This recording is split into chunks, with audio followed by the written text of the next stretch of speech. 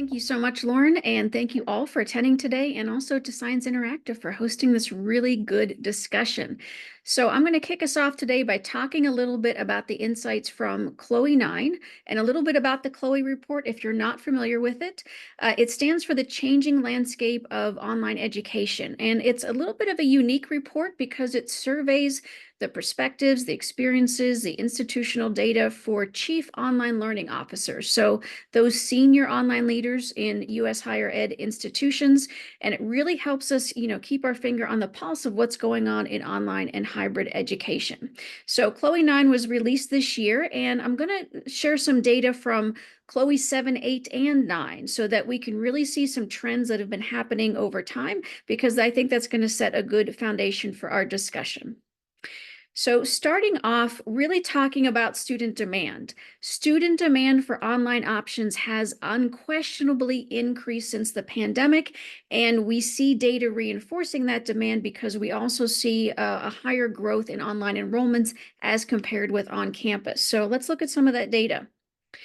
We started asking chief online learning officers about online demand during those early days of the pandemic when there were some institutions that were still in that remote learning. But we said, what is the type of interest that you're seeing, the response that you're seeing now to online learning from students? And you can see here, this is looking at both traditional aged undergraduates and also adult undergraduates. And our chief online learning officers, COLOs for short, they all reported higher, a bit higher or much higher. And this was, again, during those early days in the pandemic. So we followed that up again the next year and said, are you still seeing this, sustained demand? So let's look at the next slide. It did increase and it continued in 2022. So we start to see this trajectory of increased demand for online options. And a big why behind this is there were a lot of students who felt like maybe they weren't cut out for online or it didn't really fit in well with their schedule. But once institutions started offering more online options, they saw the flexibility that was inherent in that, how really to fit in their good schedule around their busy schedules outside of their academic institution. So again, here you see traditional age undergraduates and adult undergraduates both greatly increased interest in online learning.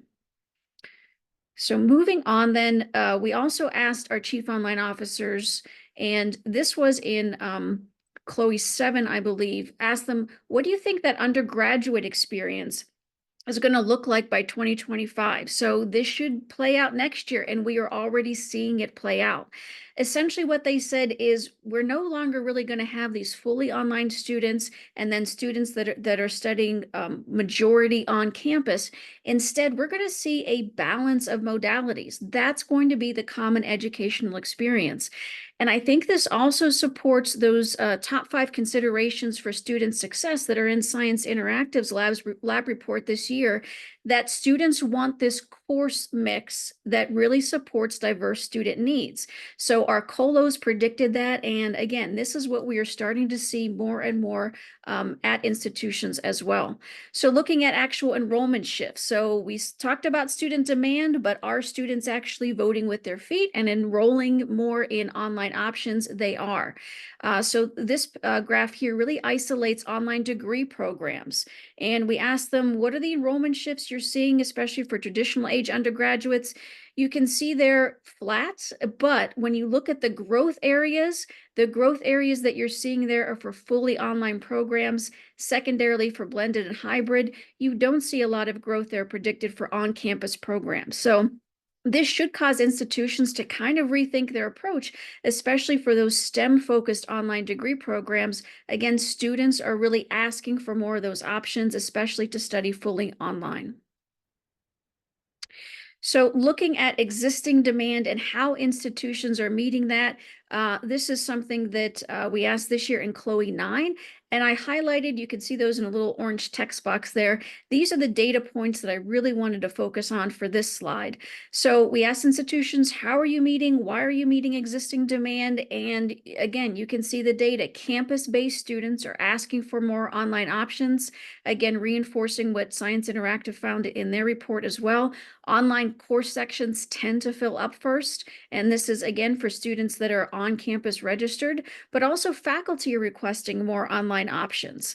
And again, with that program enrollment data there, it is outpacing on campus. So the data and the predictions are both aligning really, to show that this is something that institutions really do need to pay attention to and make a good investment in for their students. So the second big point I want to look at is that institutions are responding to this demand, and they are saying that, again, for the second year in a row, creating online courses is a top priority. So let's look at some of this data. We asked in 2022, so this would have been Chloe 8, what is your top way to meet this demand from students for more online options? 41% there said top priority, fully online equivalents of existing face-to-face courses, right? And this means across the educational spectrum. So it has to include online labs. I think prior to the pandemic, maybe institutions were picking and choosing which online courses they wanted to really create from face-to-face. But you really don't have the option right now to pick and choose because students want that maximum flexibility for their schedule. Again, looking at courses and then degrees as well. And this is from Chloe 9. Online versions of campus courses and degrees, still the top priority. 69% said creating those online versions of on-campus courses. Only slightly less, 65% said their top priority was creating online versions of on-campus degrees. And you can see there a near majority for two other things as well. Creating new online degrees, so those that don't have an on-campus equivalent, and then online degrees with no on-campus equivalent as well. So institutions really are looking towards that online market, which is becoming increasingly competitive. And again, this really bodes well for students and student flexibility because, of course, if you're taking a 100% online program, you can keep your current job. If you're an adult undergraduate or working professional, you don't have to relocate. So there are a lot of advantages, especially with that flexibility that's inherent in online learning. Looking again at the programs, new programs are, again, the top way to meet student demand. So 66% of our chief online learning officers said adding new online programs based on student demand. Secondarily, looking at market research to determine in-demand degrees. And not just market research for the degrees, but when you're doing that type of research, you're also looking at what are some of the professions, some of the careers that are projected for growth in the future. We know that STEM is among those. So institutions really should have in their portfolio online programs that really reflect STEM and science concentrated careers as well. You can also see there a slight majority offering new credential and micro-credential programs. And that's something that I think institutions are starting to talk more about. So you may not be that traditional undergraduate looking for that 4-year program, but you may be looking for additional credentialing. You may already be in the workforce. Maybe you don't want a graduate degree, but you do want a particular type of online program, micro-credential, or certificate. And again, new versions of our most popular on-ground degrees, still 42% are looking in that direction. So turning our attention just specifically to virtual labs, this is from Chloe 7. We asked institutions, really based on some of those investments that were made during the early years of the pandemic, where are you seeing some increase in adoption? And so I highlighted there the virtual labs and simulations.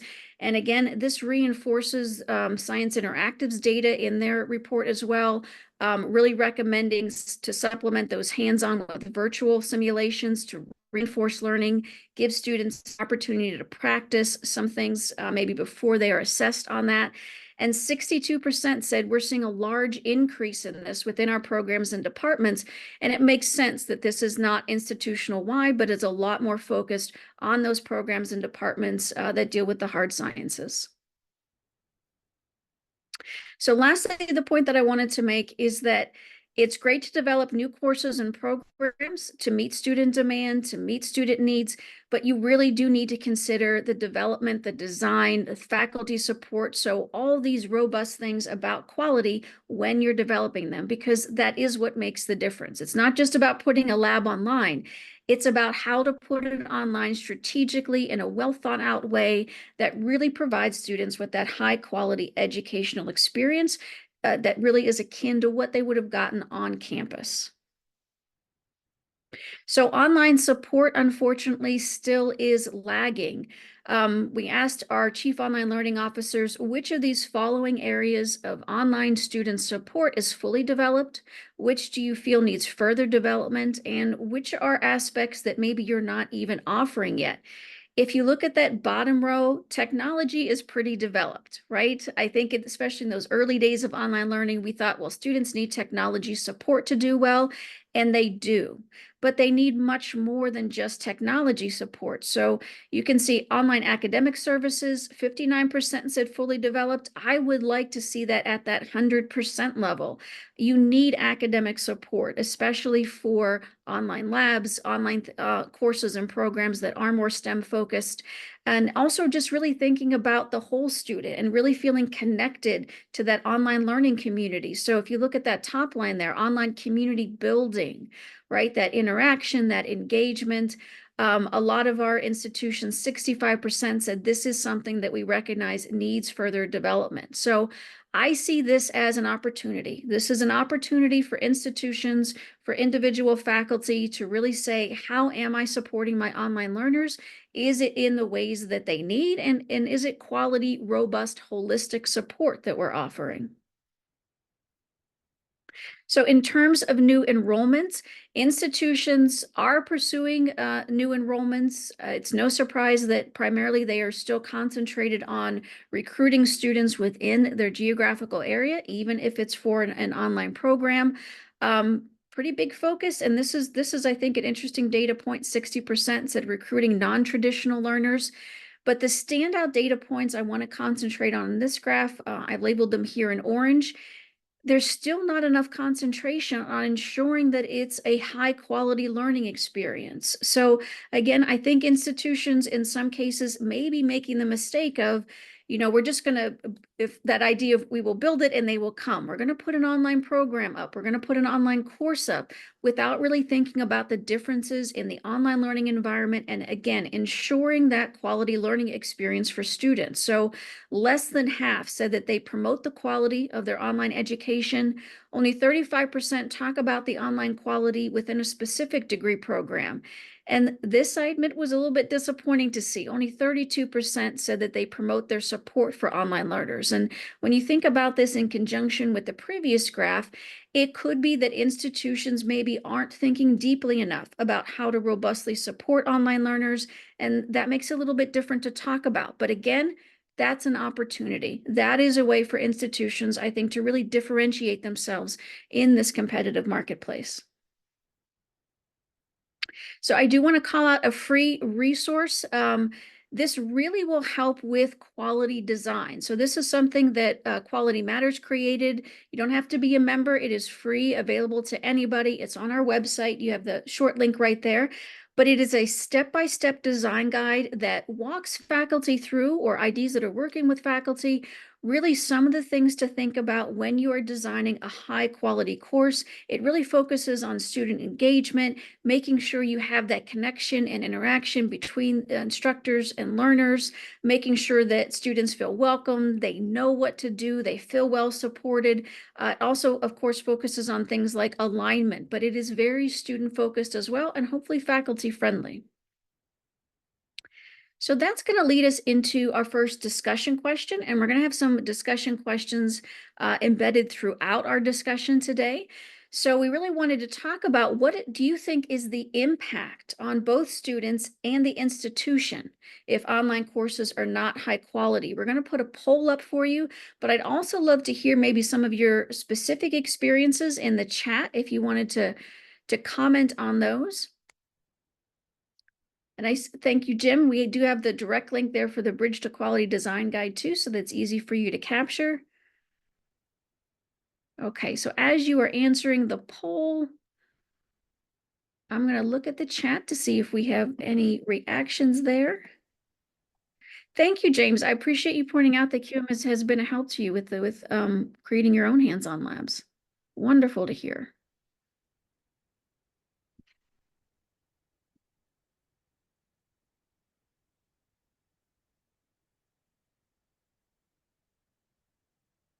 Okay, I'm reading a chat comment.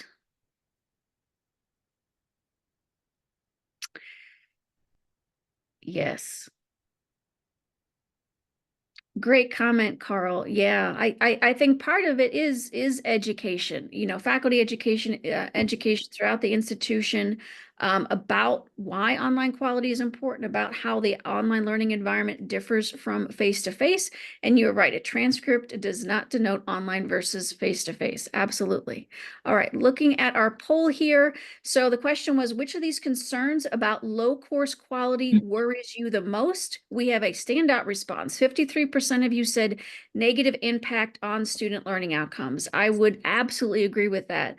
Secondarily, 31% of you said reduced student retention and completion rates.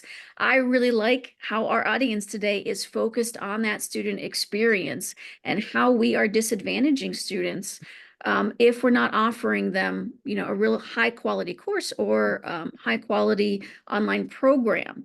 I see in the chat some of you are saying, wish the poll had all of the above. Yes, because all of these things can be impacted. The hands-on component, so important. You're right, James. And I really like Science Interactive's report that has some comments on that. That was also in their top 5 considerations, making sure that there is that application part, that hands-on part as well. Lack of training, so lack of faculty development and support to deliver a course. Yes, absolutely. I agree. Yeah. I also do want to ask our own, faculty member that's in our discussion today. Ashley, what are some of the advantages maybe that you've seen for really taking the time to design that course well, making sure faculty are supported in effective online teaching? Well, as we've mentioned in the chat already, I've seen some people throw this out there, but students are choosing online courses for a variety of reasons, one of which the flexibility, scheduling, they're working full-time already, family responsibilities. So when you are able to provide a high quality online course for them with hands-on components, you are able to greatly mimic the educational experience that they would receive face-to-face. So you're able to prepare them for perhaps the next course in the sequence. So maybe A&P2 from A&P1. You're also able to prepare them for that next step. So what career will they enter? What program or study are they going to be entering into? If you design that high quality experience for them, you ensure their readiness for those future classes and studies that are coming their way. I think that's an excellent point. Student readiness, not just upon graduation for that career, but also for the next courses that they're going to take in that program. Absolutely.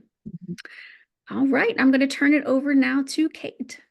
Awesome. Thank you so much, Bethany. We are so excited to have you all with us today to share data from our second annual lab report. This year, we revisited the state of online labs with our student and faculty respondents, but we also expanded to learn a little bit more about what's happening in the campus laboratory. But before we dive in, let's go through some of our who participated in our survey this year. This year's lab report included over 2,100 participants. Of these, nearly 1,900 were students, and over half of those students were science majors. Notably, 91% of our participants had taken at least one hands-on online lab course within the past year. When it came to our nearly 300 faculty members who participated, 77% were instructors, the rest were deans and department chairs, and importantly, over half of the faculty who participated had taught at least one online course within the last year as well. So now that you've learned a little bit more about our respondents, let's dive into the data. As Bethany mentioned earlier, online university enrollments for campus-based courses are down, while enrollments are growing in online courses. We wanted to really understand how those trends reflected in the online science lab. And which have historically been very slow to transition online due to the perceived complexity of bringing that hands-on lab experience online. And the trends really were quite striking. Of the admins we spoke to, deans and department chairs, 74% reported enrollment growth in their online only options, while just shy of 60% reported declines in their on-campus lab enrollments. Not only is enrollment growing in online labs, but 88% of student respondents stated it was important for them to be able to take that lab course online. And it's not just because of the convenience of online courses. As Ashley alluded to a little bit ago, there are a number of deterrents from students being able to take a traditional on-campus laboratory. For traditional students, scheduling conflicts can often require them to push off taking courses. The online option allows them to stay on track for degree completion. For non-traditional students, many of these students have work or family care obligations, they're deployed military, or they live too far from campus to attend an in-person lab. So really having the online option was essential for them to be able to participate or have that, that lab experience. And those options really were essential. Lauren, if we can just go back up for a moment. If an online option hadn't been available to these students, I really want to highlight 2/3 of these students would have enrolled in another institution or not enrolled in that lab course at all. And these data really underscore the need for online options, not only to respond to student demand, but to make sure we're expanding that access to students who would otherwise be unable to participate or pursue a degree or career in STEM. So how are institutions responding? As mentioned by Bethany, the Chloe 9 report found that nearly 70% of institutions are working to create online versions of their on-campus courses and programs. And when it comes to STEM courses in particular, the admins we spoke to were planning to take a very similar approach. So 3 key actions they were looking at taking was increasing the number of lab courses offered online, adopting resources to provide students with a hands-on lab experience in those courses, and then making sure that they are expanding the resources and support for faculty teaching online, really looking at ensuring the faculty are set up to provide students with a quality online lab experience. So now with a little bit of better understanding why students are seeking out online options, we next wanted to understand what challenges faculty were facing, both when it came to their campus labs and their online labs. And interestingly, when we looked at the data, 3 challenges rose to the top that were consistent for both online and on-campus laboratory students: a lack of prerequisite knowledge, a lack of student preparedness, and a lack of engagement, which is also consistent with what we're hearing from out in the field with instructors we talk to. So taking a focus for online lab students, when it comes to these courses, we saw agreement across admins, instructors, and students that hands-on lab experience was really essential for students. A very clear majority of instructors agreed that hands-on labs utilized in an online lab course were comparable to an in-person lab experience. While the students we spoke to largely agreed that the incorporation of the hands-on labs really allowed them to gain the skills they needed to continue to pursue their degree, whether that be a major who was going on to additional lab courses or a non-major who was just really applying the knowledge that they learned in their future courses. Of course, with hands-on lab kits and incorporating hands-on labs into an online course, there's always going to be concern around cost for the student. But interestingly, our data indicated that 71% of students and 78% of faculty found that the cost of a lab kit was aligned with the value that students got from using the lab kit as a part of their online science course. Now, when it comes to campus courses, instructors have been addressing the challenges of student preparation through the use of pre-lab assignments, which are designed to prepare students for experimentation ahead of going into class. 2/3 of campus faculty were utilizing pre-labs, and nearly all of those faculty, 90%, felt that their pre-labs were effective. And it's really interesting to look at that statistic versus the concern around preparedness. With that goal of the pre-lab being preparing students for experimentation, instructors still cited a lack of preparedness as a challenge, suggesting that maybe the traditional pre-lab, which was the most common modality of pre-lab used in the survey, might be falling short. So what options are available to help bridge some of that preparedness gap? When it comes to online lab offerings, instructors have many options. There's hands-on labs, there's virtual simulations, VR, AR. Really, there's a wealth of material out there for approaching science education and lab education. When it comes to the online learning experience, 60% of instructors using virtual labs felt that their students would have learned more with a hands-on lab experience, suggesting that on their own, virtual simulations are not an effective mechanism for teaching lab courses. However, when we spoke to students, 91% of students felt that those simulations really helped them engage in their course. Thus, there's really an opportunity here to utilize virtual simulations to enrich that lab experience, whether on campus or online. And in fact, 84% of students that we spoke to who took an online lab course and 83% of campus lab students felt that simulations used in a pre-lab experience would have helped them feel more prepared for the hands-on labs that they were performing. And this really reflects what we see from students when it comes to the approach to taking an online lab course. Across the students we spoke to who had been taken online labs, the preferred format was a mix of hands-on and virtual experiences combined into the lab course. And there's a couple of reasons for that. With hands-on labs, students had the opportunity to perform real labs, experience what those techniques are like, use the equipment, have truly real-world experiences, and it provides that rigor and support for transferability down the line. Pairing with the virtual, it allows them in some cases to perform experiments that would be too hazardous to perform at home, see concepts like nuclear chemistry that they wouldn't necessarily be able to observe in person. But it's also a lower stakes environment. It allows them to practice, it helps supplement their learning and support different learning styles. So when we put all our data together, let's quickly summarize some of the key findings from the lab report. First, that student demand for online options is continuing to increase and campus enrollments are declining. Second, lab modality for online courses is a crucial factor in engaging students, with hands-on labs really being viewed as the more comparable to an on-campus experience than virtual labs. Third, when it comes to challenges for faculty, student preparedness remains a challenge both for online and on-campus lab students. And finally, when it comes to the campus lab experience, changing the approach to pre-labs to a virtual assignment and a virtual lab experience may offer an enhanced experience to really boost preparedness ahead of entering the laboratory. So, what are the considerations for student success when it comes to designing an online lab course? First, deliver a course mix that's going to support diverse student needs. Use hands-on labs for a high quality and authentic lab experience.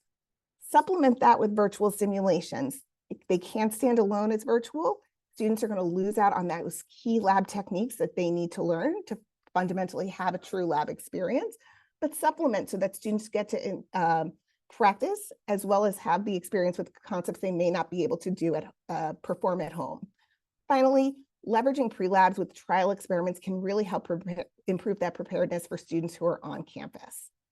So with that, we're going to pop over to, or before I do that, if you would like to see the full online lab report, you can use the QR code here. And we'd love for you to take a look at the full scope of data that we have for both on-campus and in-person labs, or online labs. Our next poll question for you is, what resources can institutions invest in to help instructors adapt to and excel in teaching online or hybrid courses? I'm going to hop over to the chat.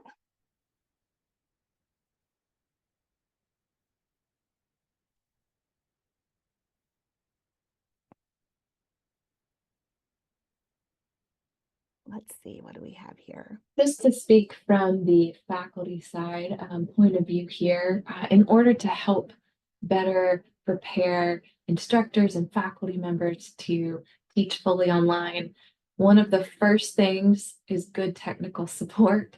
That's always the hardest hurdle initially, at least when you're trying to transition to a really good, high quality online environment.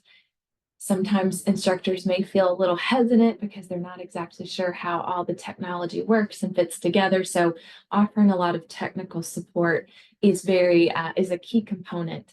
Also, I think if schools invest in platforms that make lectures easier for students. So I know at Central Piedmont, we have a platform where I record videos and it automatically embeds my PowerPoints. It automatically provides closed captioning. All of those tools make that accessible to all students. That's awesome. And then I see in our chat, Sylvester answered all of the above. Everyone felt everything was essential. We'll include that action. And it's really an even mix when we look at the answers here with about 22 to 27% for all of these: professional development, instructional design support, stipends, and access to quality online course materials. Okay. Great. Thank you so much, everyone. I am going to pass things over to Ashley to talk a little bit about how they're approaching quality STEM courses online at Central Piedmont. Hi, everyone. I know you've heard me speak a little bit already, but I am Dr. Ashley Breath, and I teach anatomy and physiology at Central Piedmont Community College, and also I'm the discipline chair for that, along with nutrition as well. Before I jump into some of the key strategies we use to develop quality online courses, I want to talk about some trends that we're seeing here personally at Central Piedmont with specifically anatomy and physiology, because that's my area of study. We're seeing an overall increase of anatomy and physiology courses for both in-person and fully online sections. Typically, we offer our fully online A&P courses in 16-week classes. What we found, particularly this semester, even in the spring and summer, is that those courses have completely filled up quite quickly, and we are actually adding 8-week short classes. And of course, we're not watering it down. We're covering the exact same amount of material, but we're doing that in the second half of the semester in order to meet the enrollment demands that we're finding for our students who need the A&P courses. So when we look at fully online classes, of course, there's a lot of challenges and concerns that pop up. You think my top one is students not feeling connected and engaged with me as an instructor.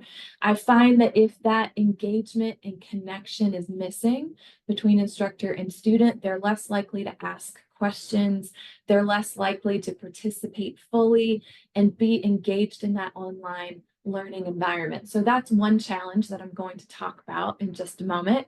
Also, students don't have the benefit of group work, group settings, participating in study sessions with students that they've met from their class. So we don't want that feeling of isolation for these students.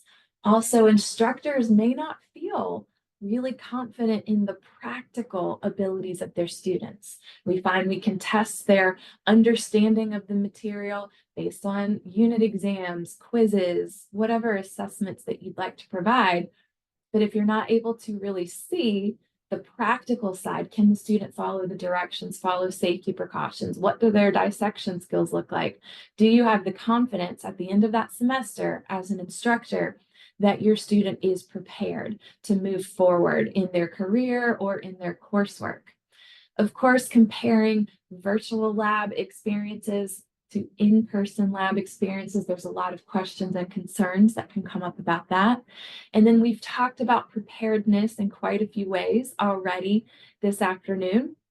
I look at preparedness as they're entering my class, prerequisite knowledge prior to the first day, but also I like to look at the end of the semester. Are they prepared for whatever that next step will be? So I want to discuss these challenges and concerns that a lot of people have when addressing the online learning environment. So one of the first things that I like to look at is that connection between instructor and student. We want to foster the engagement so that students feel comfortable asking questions when they're not seeing their instructor in a face-to-face environment.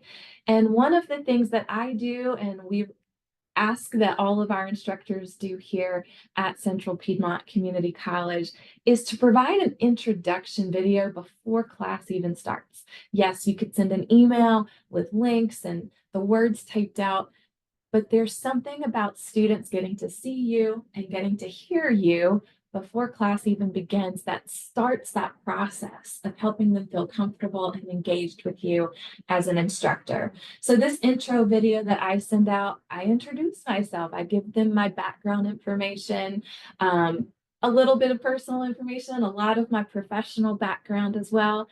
And then I lay the foundation for the course. Where do you get your materials? How do you get a lab kit? Because they do have to participate in online whole hands-on experiences through lab kits for our classes in A&P. I tell them how they'll be graded, what their assignments look like. So before the first day even begins, they've got a good foundation of what to expect as they proceed through the class.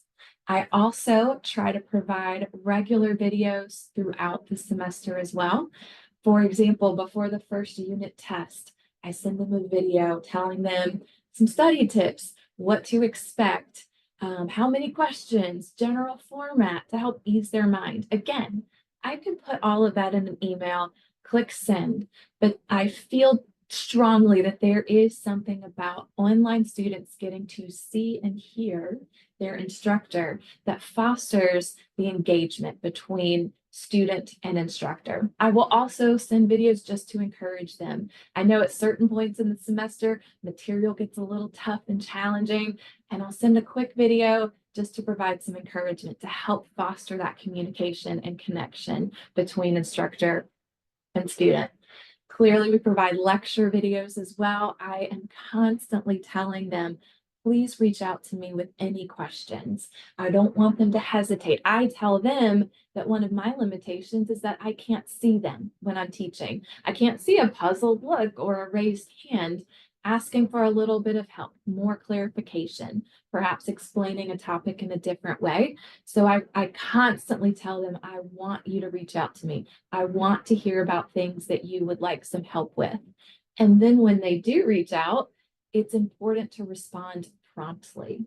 With the online environment, I will respond to emails over the weekend because a lot of these students need that flexibility, and maybe the only time they can complete their assignments and their studies during the weekend when they're not working. And so if they have a major question and I'm not available to them and I wait until Monday, they're going to miss that opportunity to really move forward with their studies during the time that they are available to put in the work and effort. I also hold virtual office hours to facilitate communication and help with the fully online students who perhaps can't come to campus because maybe they aren't local to our particular region. And when they have turned in their lab assignments, if there's anything that they miss, I always correct the answer. I give them the information they need. I hope that that develops that sense of connection that I really want them to understand the material so that they are prepared as they move forward in the semester and in other courses as well. So providing feedback to them as they progress, I have found really helps with the connection as well. So if we look at improving student connections, at Central Piedmont Community College, we utilize discussion boards in our LMS. We give our instructors flexibility to make these optional, or some choose to make these required, and some are even for a grade as well. I tend to choose the optional side of things because some students may feel uncomfortable discussing in an online forum in that virtual environment. But I will provide topics that are useful and practical. For Unit 1, what I tend to do is have students start discussing study tips. They're not together in class, they're not together in lab. This helps foster, hey, this is what I did and this really helped me when I was trying to learn this. And so they can learn some study tools from each other. I also provide study tips for them as well. We get the conversation started. After that point, I try to pick a topic from that unit that I know is very practical and interesting to the students. That makes them more likely to jump in, engage in the conversation about that, and they'll be able to apply that to future courses, this course, their field of study eventually. And then a lot of our instructors will also send emails with links to some research that's going on with some of the topics we've been talking about. So we're trying to improve the students engaging with each other as well in our online courses. And so if we look at the authentic lab environment, you can't take a fully online class, plug it into your LMS and expect that it's going to be a successful online, especially when we're looking at the laboratory components of a STEM course. We, as I mentioned, use lab kits for our lab assignments. And the lab kits mimic so many of the assignments and the activities and experiments that our students would be doing in a face-to-face lab environment. So not only are students given a way to see and hear the material, they're given the hands-on ability to practice and learn. We know that students do best with a variety of ways to learn. So these lab kits and the lab assignments give them the ability to learn in a variety of ways that improves their retention, their ability to actually understand the material, not just to memorize the material so that they can spit out the facts there. So I love the online component. They have, a little skeleton model and they can see and they can label it for me. Of course, though, not every single in-person lab activity can be mimicked in a virtual environment. So for example, using a microscope. Microscopes are not in the lab kit. But what's great is that there's a virtual microscope that they can use. And no, it is not hands-on, but do you know what's the same? The steps. They have to go through the exact same steps that they would have to if they were using a hands-on physical microscope as compared to the virtual. So it gives them a way to understand how it works so that they'll be more likely to be able to apply those skills in the future in another class that they might take in person. And now there's a microscope, at least they know those steps and they don't feel like they're behind or lacking at that point.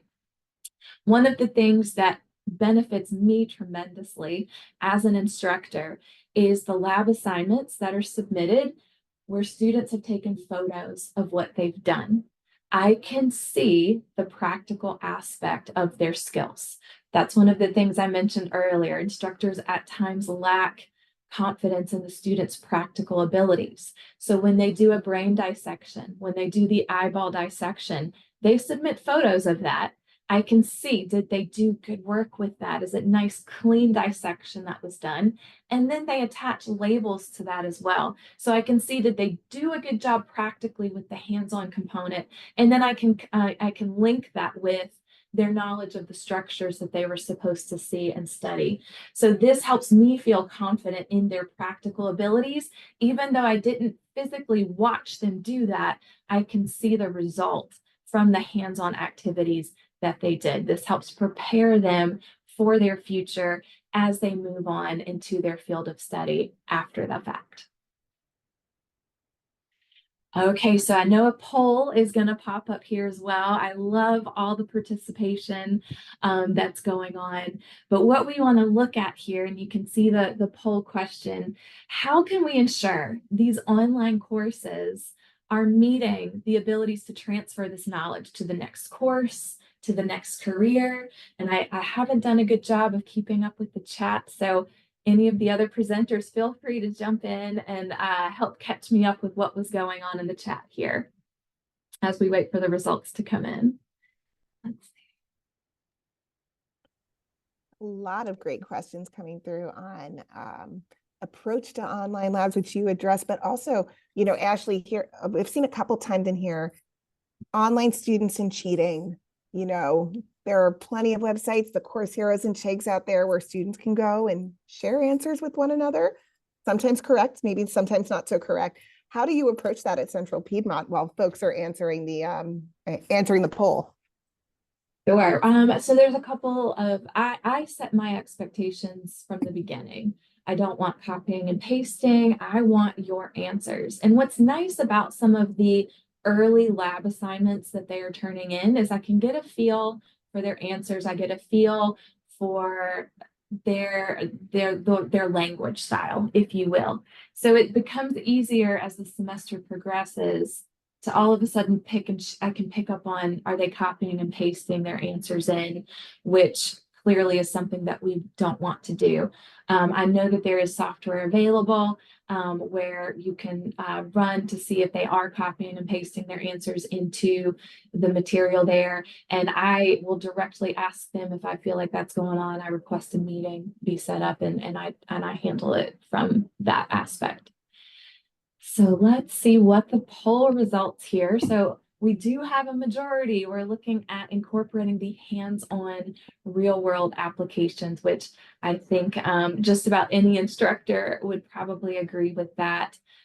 Looking at strategies being used. And yes, aligning course content with professional standards, especially with my area of knowledge.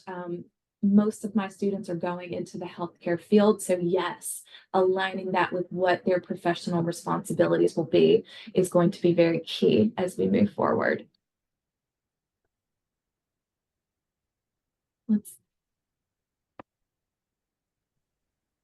Okay, well, thank you to our presenters for this amazing dialogue. What we're going to do in the chat for the attendees has been so amazing to see everybody jumping in, contributing your ideas, your experiences. So thank you for being such active participants, and please continue that as we move into our open Q&A here. If you have questions for our presenters, please go ahead and post them in the Q&A section. And I'll kick this off with a question that came in from Kristen asking, are there any labs that you still offer in person only because online isn't a good fit? And Ashley, I know you teach both online and on campus. Maybe this is something that you can give some insight into. Well, I can only provide insight into anatomy and physiology courses. And so we do offer both modalities for students. They are available. We do have sections available for in-person labs, but then of course we do also offer the fully online versions as well. I can speak for a few colleagues. I don't want to overstep and you know, with things that I'm not completely familiar with, but I do know other STEM departments at Central Piedmont Community College do provide both in-person labs and online labs for the same course there. I know in my experience working with different schools, you know, there are some courses that haven't made the jump typically at that 300 and 400 level at four-year institutions where there really hasn't been much development yet for these labs, or they require, you know, additional larger equipment. I think of some of the higher level analytical and physical chemistry courses that I took back in undergraduate, where they really haven't made that jump yet because the technology or the hands-on pieces aren't there yet. Certain somewhere down the line, someone will put those together.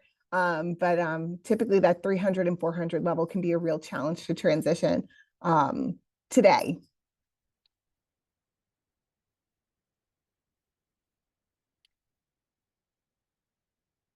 You know, there's a great question in here about, and Bethany, I think you might have answered it in the Q&A, but I think it's worth repeating.